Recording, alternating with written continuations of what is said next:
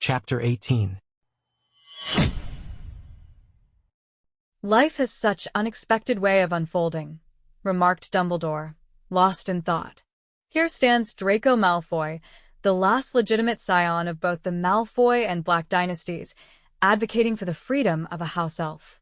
Even after all this time on Earth, the capacity for surprise astounds me. It's genuine, Draco mumbled, glancing at Dobby, whose eyes flickered between them like a tennis match. It's just unfair. Draco, Dumbledore's voice was soft. I haven't refused Dobby a position here because of any danger you pose, but out of concern for your well-being. You seem so unhappy, deeply so. Words froze in Draco's mouth. Both your teachers and I have noticed your struggles with peers at Hogwarts. Instead of dining with your classmates, you choose the comfort of the house elves in the kitchen. Isolating yourself regularly is not healthy. Introducing another elf to your circle can only deepen your separation from your fellow students. Although I empathize with Dobby, my responsibility is for the student's welfare first, and keeping him here isn't beneficial for you. So, what if I prefer elves over humans? Draco blurted, fists clenching. Humans are terrible. I should know. I'm a terrible human myself. Draco Malfoy is not terrible. Dobby interjected, his eyes like burning coals. Dobby will not hear Draco Malfoy insulted, not even by himself. Draco buried his face in his hands, regretting his outburst at Dumbledore, especially now that he realized his assumptions were wrong. I see why you don't wish to employ him, Headmaster.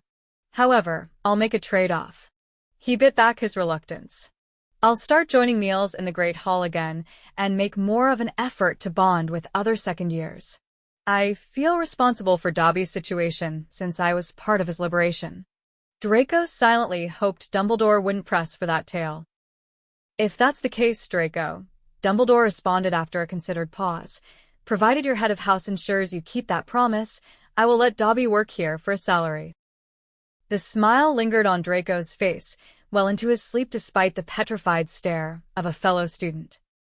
But once among the Hogwarts students again, that smile faded as rumors swirled about an attack on someone named Creevy. Having been spotted giving Creevy a dressing down while recovering, suspicions around Draco thickened. Being absent from his dorm, instead hospitalized, only fueled gossip, as Draco couldn't just summon Dobby as a witness. It wasn't great timing to return to the public eye at meals, but it at least pretended he had nothing to conceal. However, Potter's gaze betrayed his lack of confidence, watching like a hawk, waiting for Draco to unleash creatures to terrorize Hufflepuffs. Had Dobby not arrived when he did, Draco's next weeks might have been bleak. The Draco of last year's timeline might shudder at his current state, huddled in chilly corridors, the warmth of Slytherin quarters dimmed, teaching Dobby chess by charm's light. Attempts at friendliness with his fellow Slytherins were no more than surface deep. Draco made himself visible with them in public places, especially during meals, but no true acceptance followed. Dobby's company remained a bright spot, their nightly matches uninterrupted by Draco's weekend flights, yet his presence stifled any attempts at deeper connection with his peers. The once solid camaraderie dissolved, leaving even Pansy frigid towards him when alone together, all for one singular reason. Draco wouldn't confess to being Slytherin's heir. Yes, he was enduring the consequences of his jesting about ancestral goblins and secret blood rituals. Now, instead of the usual awe, his classmates treated him with a new brand of distant reverence, his Quidditch team balancing their derision over losing to Gryffindor with increasing aloofness. His childhood friends in his year, once constant companions, now bore the lack of confession as a personal affront, ready to accept him once more, only to feel let down. His mild friendliness with Gryffindors could be overlooked, but nothing eased the way students from other houses avoided him like he might spread a curse. Blaise relished such instances, declaring, "Here comes the actual heir of Slytherin," unintentionally exacerbating the situation. When Draco implored him to desist, Blaise was merely puzzled. Why put the heir of Slytherin on the wall unless you wanted it known? Blaise asked slowly. I never said I was. Draco insisted. Then why aren't you denying being the heir? Blaise pressed before muttering grudgingly. Pansy was no warmer, even gifting him an ornate silver snake brooch with emerald eyes during Creevy's predicament. This prevents evil with style. Pansy smirked as Draco studied it. Perhaps silverworking was a hidden mutual talent. Consider it a sign to demand deference as Slytherin's heir for the meantime, she said. When Draco nearly choked on his drink, she rushed to apologize for its inadequacy in lieu of a crown. Pansy, Draco whispered urgently, I'm not Slytherin's heir. Letting people think so only worsens matters. Have it your way, Pansy pouted. Keep it, sell it, I don't mind. In subsequent weeks, she focused on other, older students, seemingly unaware or uncaring about Draco's true preferences. Vincent and Greg's earnest offers of food, initially touching, soon puzzled Draco in their persistence. In the protective social currency of shared goods, the gesture spoke less of estrangement and more of an intention to bridge it, however misguided, given he often didn't finish his own meals amid distraction. During supper one evening, Greg couldn't contain his anxiety any longer and leaned over to Draco with concern etched in his voice. But what if the creature's getting hungry, Draco? Draco's mind seemed to falter momentarily at Greg's words. Greg, he began slowly. Could you repeat that? Vince jumped in eagerly. You should accept the extra food, Draco. We're just trying to help, and offered Draco a roll. It's too much for you to handle alone. Have you two been given any strange potions lately? Draco asked, feeling overwhelmed. Greg and Vince whispered in unison, loyal as ever. We're not crazy, Draco, Vince assured him with a teasing smile. We're here to support you. We could assist in feeding the creature, Greg chimed in. Please let us meet it, Vince pleaded. If it's safe. We really want to meet the creature, Greg echoed, his voice rising. Draco slammed his hand on the table in frustration. I'm not the heir of Slytherin. Draco barked, fighting the urge to hurl the roll back at Vince. So, just eat your dinner. They reluctantly obeyed, their dejected expressions indicative of boys who had always sucked up to Draco, yet were denied the chance to see the legendary monster. Millie, the most rational of their group, was getting on Draco's nerves by keeping her beloved cat, Mr. Wilberforth, at a distance. A few weeks after Creevy's petrification, he managed to speak to her, trying to dispel her fears. Millicent, your cat's safe with me. I'm not the heir of Slytherin. She simply stared at him, her attitude unchanged, cautiously guiding her cat away whenever she spotted Draco nearby. Then there was Theo. Theo, whom Draco always thought had a soft spot for him, had distanced himself too. It would have been convenient if Draco could shift his affections, steering clear of his fixation on Potter, by taking an interest in Theo. He had even thought he was infatuated after his father's imprisonment.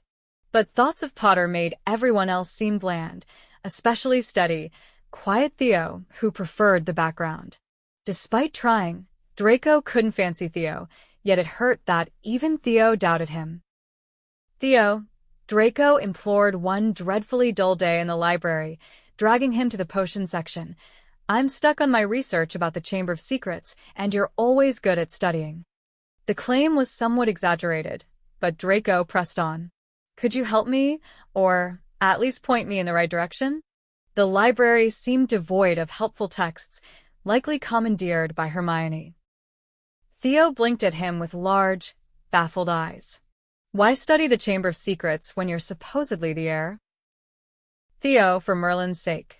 Draco sighed, only to notice someone stirring at the stack's end. With Potter frequently nearby lately, Draco didn't dismiss it. Sure enough, it was Potter, likely having overheard Theo's words. Fetching books for Granger, Potter? Draco sneered. If it's the Chamber of Secrets you're after, don't waste your time. I've searched it thoroughly, and Granger's already scooped up anything outside the restricted section. Potter muttered something inaudible and left, Theo, looking apologetic. Sorry, Draco, I don't think he heard. Forget it, Theo.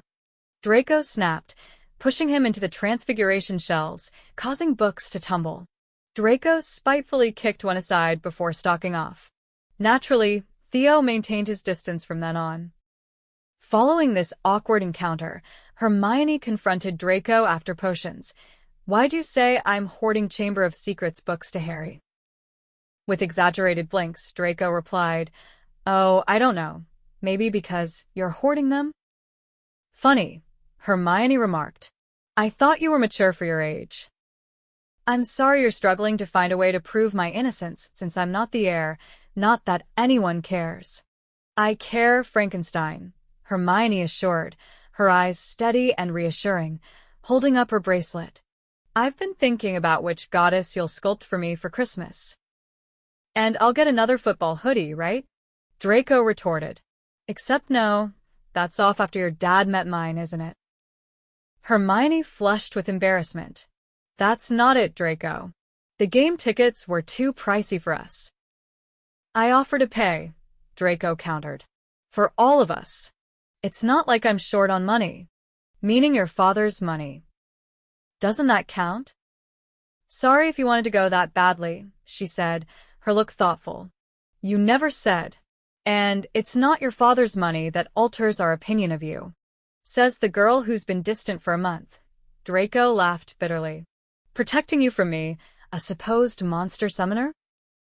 I'm not hoarding books. There's just little information available, and I'm absorbed in another project now. If I succeed, I can prove your innocence to Harry and Ron, and things will return to normal, I promise. That's why I'm with them so much. I have a plan. Can't disclose it yet, but it's for you. Her fingertips touched his, her expression a wistful smile. I miss you, Frankenstein. Truly. I really wish circumstances were not as they are. I'm doing my best to make things right. I've thought it all through, and I've got a strategy in place. So, I ask you to be patient. Thanks for listening. If you enjoyed this chapter, please hit the subscribe button and ring the bell to stay updated with more audiobooks. Happy listening!